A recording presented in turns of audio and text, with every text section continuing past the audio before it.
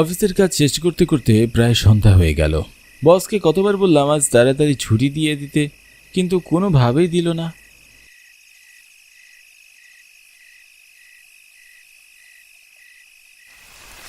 মাসি এক প্রকার আমার হাত ধরে অনুরোধ করে বলেছিল মিনির বিয়ের 5 দিন আগেই যেন আমি তাদের বাড়ি যাই।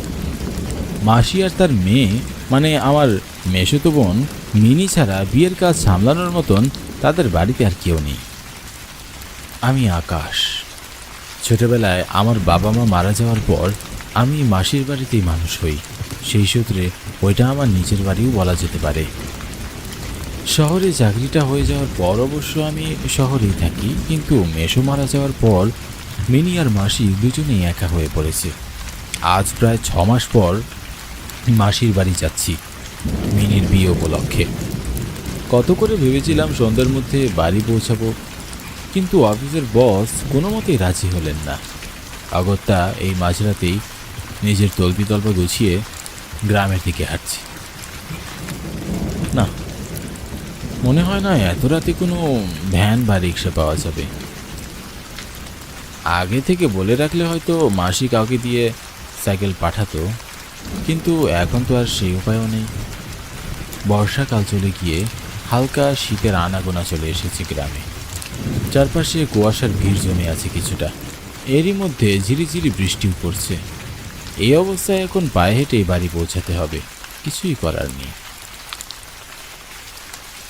মাসির বাড়ি অবশ্য ট্রেন স্টেশন থেকে খুব একটা দূরে নয়, 8 ঘন্টার মতো হাঁটলেই পৌঁছে যাব। যতই হাঁটছি চারপাশের পরিবেশটা কেমন যেন গুমট বেঁধে যাচ্ছে। মাসির বাড়ি এর আগেও অনেকবার এসেছি, কিন্তু এমন গা শিরশির কখনো করেনি। হয়তো এত রাতে কখনোই এই পথ দিয়ে যায়নি, তাই। অশরীরী কোনো কিছুর অস্তিত্ব আমি বিশ্বাস করি না, তবু কেমন যেন অস্বস্তি হচ্ছে রাতের বেলায় এই জঙ্গল দিয়ে হাঁটতে। হতচারা বৃষ্টির জন্য চারটা উকি দিচ্ছে না আজ। চাঁদের নির্মল আলো থাকলে বোধ হয় এমন বাজে অনুভূতি হতো না। কিন্তু একটা আশ্চর্য ব্যাপার উপলব্ধি করলাম, আমি যতই সামনে এগোচ্ছি ততই যেন চারপাশ ভারী হয়ে উঠছে। গরম ভাব এসে যেন শরীর ছুঁয়ে বেরিয়ে যাচ্ছে। এই হালকা শীতেও যেন এমন গরম বাতাস শরীরে এসে লাগবে, সেটা মেনেই নেওয়া যায় না। আরও কিছু দূর এগোতেই যেন নিঃশ্বাস ভারী হয়ে উঠতে শুরু করলো, কেমন যেন দম বন্ধ করার মতো অনুভূতি। এত বাজে অনুভূতি, অস্বস্তি লাগা, এটা কি তবে আমারই কোনো ভুলের অনুতাপ? কিন্তু আমার ধারণা মতে আমি যেটা করেছি সেটা ভুল নয়, কিন্তু তাও কেমন যেন এমন অপরাধ বোধ কাজ করছে আমার মনের মধ্যে। তাহলে কি আমিও মিনিকে ভালোবাসি?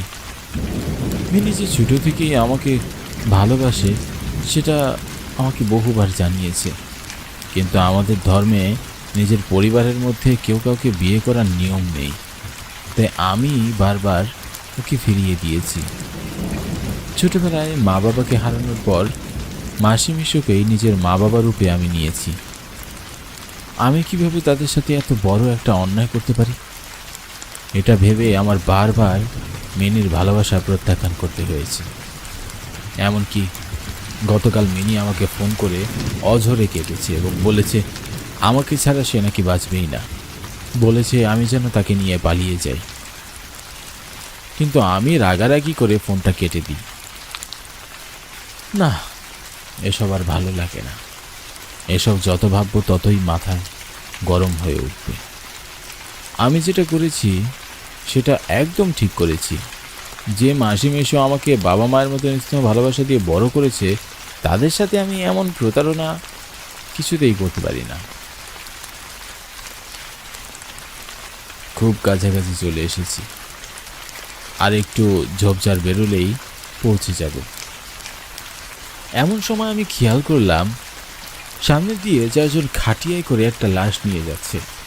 হঠাৎ বুকের ভিতরটা ধুক করে উঠল। এত রাতে কার লাশ নিয়ে যাওয়া হচ্ছে? লাশের মুখটা কাফনের কাপড় দিয়ে ঢাকা। যে 4 জন লাশটাকে নিয়ে যাচ্ছে তাদের দেখেও স্বাভাবিক মনে হচ্ছে না। কি আশ্চর্য! এক মুহূর্তের জন্য স্তব্ধ হয়ে গেলাম। এরকম ঘটনা এর আগে আমার সাথে কখনোই ঘটেনি। কোনো কিছু না ভেবেই তাদের জিজ্ঞাসা করলাম, তোমরা কারা, কার লাশ নিয়ে যাচ্ছ? না, কোনো উত্তর পেলাম না। তারা যেন কলের পুতুলের মতো এগিয়ে চলেছে। মনে হলো তারা আমাকে দেখতেই পায়নি, আমার কথা শুনতে পায়নি। আমি আবারও জিজ্ঞাসা করলাম, কি ব্যাপার, কথা বলছেন না কেন? কারা তোমরা? কে মারা গিয়েছে? কার লাশ নিয়ে যাওয়া হচ্ছে? এবারও কোনো উত্তর পেলাম না তাদের কাছ থেকে। তাদেরকে দেখে অনেকটা হিপনোটাইজ করা মানুষদের মতো মনে হলো।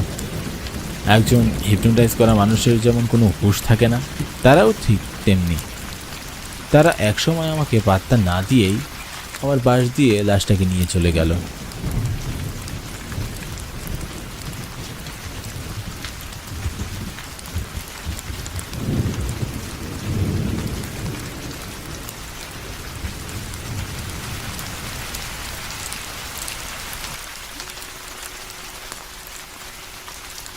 এক মুহূর্ত পর পিছনে ঘুরে দেখলাম কোথাও কেউ নেই। কি আশ্চর্য, ওরা কোথায় গেল? এত সময় কি তাহলে আমি ভুল দেখলাম? না, এত বড় ভুল তো আমার হবার কথা নয়। চারপাশে তাকিয়ে দেখলাম তাদেরও কোনো চিহ্ন নেই। আমার মাথাটা কেমন যেন বেড়েই চলেছে, শরীর বেয়ে ঘাম ঝরছে। এত সময় আমি যা দেখলাম সবটা ভুল। আমি আর কোনো কিছু চিন্তা না করে তাড়াতাড়ি সামনের দিকে এগিয়ে গেলাম।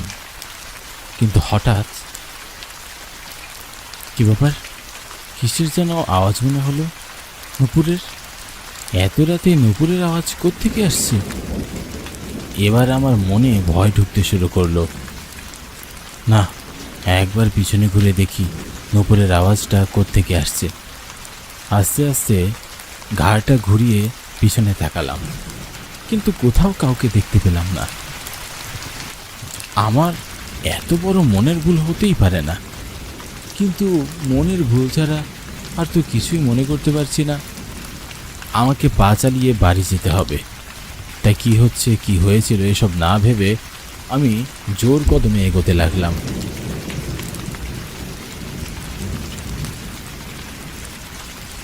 কিন্তু হঠাৎ একটা আওয়াজে আমার বুকটা কেঁপে উঠল। দাদা, কোথায় যাচ্ছিস? মিনি, তুই এত রাতে এখানে কি করছিস? তোকেই তো নিতে এলাম, আর তুই আমাকে রেখে চলে যাচ্ছিস। আমাকে তুই নিতে এসেছিস? আর তুই জানলেই বা কি করে আমি এখন এই সময় এখানে থাকবো? এত প্রশ্ন করিস না তো। মাসি তোকে এত রাতে বের হতে দিল? কাল না তোর বিয়ে? আমি কাউকে বিয়ে করব না। তোর মাথা থেকে এখনো এই ভূত নামেনি দেখছি। হ্যাঁ, কাল এত করে তোকে বুঝলাম, তাও বুঝলি না? আমি আর কিছু বুঝতে চাই না দাদা। আমি তোকে কত করে বললাম আমাকে নিয়ে পালিয়ে যাও, কিন্তু তুই আমার কোনো কথা বুঝলি না। তোকে আমি কতবার বুঝিয়েছি যে আমাদের ধর্মে এসব হয় না। তুই আমার মেশোতো বোন, আমি কখনো তোকে আমার স্ত্রীর নজরে দেখতে পারবো না। আর কাল তোর বিয়ে, আমি খোঁজ নিয়ে দেখেছি ছেলেটা খুবই ভালো, তোকে খুব সুখে রাখবে দেখিস। দয়া করে পাগলামিটা বন্ধ কর। কিন্তু আমি তো তোকে ভালোবেসেছিলাম, তার কোনো দাম নেই না তোমার কাছে? না, নেই। হয়েছে, কাল তোর বিয়ে হয়ে যাবে, আর তুই এখনও পাগলামি করেই যাচ্ছিস। মাসি যদি তোর এসব পাগলামির কথা জানে তাহলে কতটুকু কষ্ট পাবে তুই ভেবে দেখেছিস? জানবে না রে, আর আর কোনো দিনও কেউ জানবে না। কি হাল করেছিস তুই নিজের? খাওয়া দাওয়া নিশ্চয়ই ঠিক মতো করিস না, তাই না? চোখ লাল হয়ে আছে। চল বাড়ি যাই। না, বাড়ি যাব না। বাড়ি যাবি না তো কোথায় যাবি? তোকে আজকে একটা জায়গায় নিয়ে যাই, চল। এত রাতে কোথায় নিয়ে যাবি? যেখানে আমি এখন থেকে থাকবো সেখানে। মানে? আয়, আমার পিছন পিছন আয়। আরে কোথায় যাচ্ছিস বলবি তো? থাম। কি রে, বলছিস না কেন?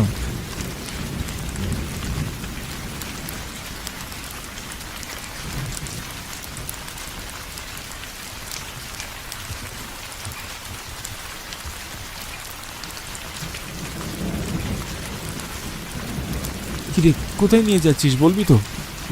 আরে এটা তো কালীঘাটের শ্মশান, তুই এখানে কেন এসেছিস?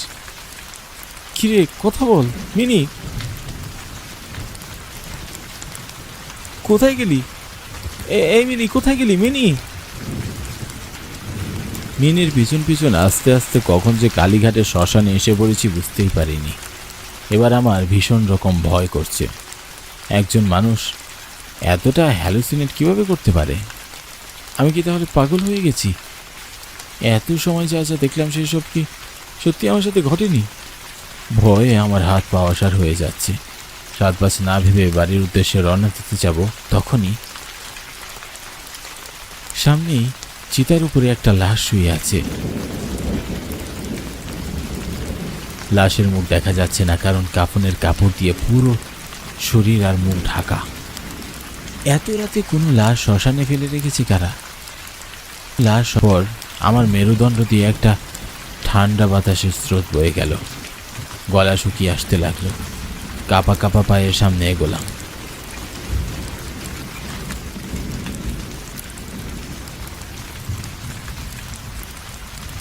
সাহস হচ্ছে না, তবুও লাশটার মুখ দেখবার প্রবল ইচ্ছা চেপে বসলো আমার মাথায়। কখন যে কাপা কাপা হাতে লাশের মুখের উপর থেকে কাফনের কাপড়টা সরানোর পর নিজের ইচ্ছার বিরুদ্ধে, সেটাই খেয়াল নেই। কাফনের কাপড়টা সরানোর পর দেখলাম এটা মিনির লাশ।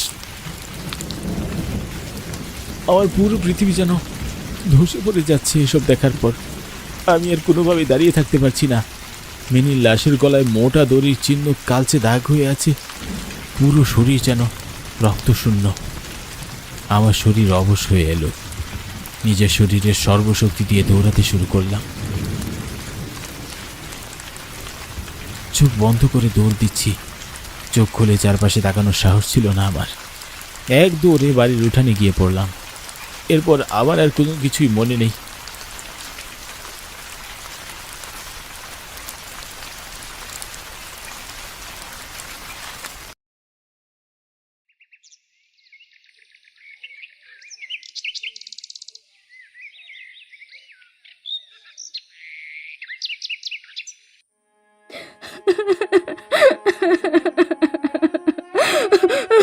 আকাশ, আকাশ তুই এসেছিস বাবা।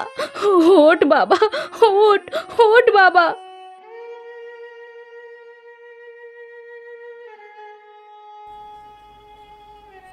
এসব কি হচ্ছে মাসি? এটা কার লাশ?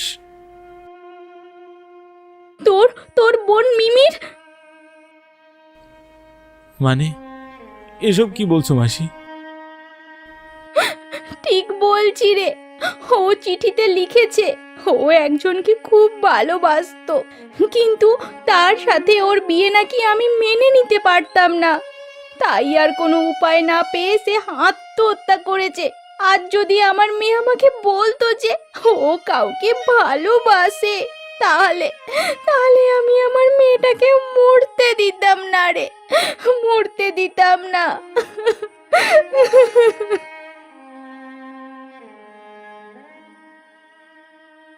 লাশের মুখটার উপর থেকে কাপড় সরাতে ইচ্ছা করলো না আর। বারবার নিজেকে খুবই অপবিত্র আর নোংরা মনে হচ্ছিল। মনে হচ্ছে আমি যদি লাশটাকে ছুঁয়ে দিই তাহলে লাশটাও অপবিত্র হয়ে যাবে। আর সেই চটপটে ছন্ন ছাড়া দেহ আজ নিথর হয়ে পড়ে আছে আমার সামনে। আর এই সব কিছুর জন্য দায়ী শুধুমাত্র আমি। যদি আমি একবার ওর কষ্টটা বোঝার চেষ্টা করতাম তাহলে হয়তো এসব হতোই না। মাসি কোনো না কোনো একদিন ঠিকই হয়তো মেনে নিত। এই মেয়েটাকে এভাবে অকালে চলে যেতে তো আর হতো না। ও আমায় বলেছিল ও আমায় ছাড়া বাঁচতে পারবে না। আমি সেটাকে নিছক কথার কথা ভেবে নিয়েছিলাম। আমি নিজেকে কোনো দিনও ক্ষমা করতে পারবো না। হয়তো সারা জীবন মিনির জন্য অপেক্ষা করে বসে থাকব, কিন্তু আমার মিনি, সে কি কখনো আর ফিরে আসবে? হয়তো আসবে, হয়তো এই সরল মুখটা আর কখনো দেখতে পারবো না।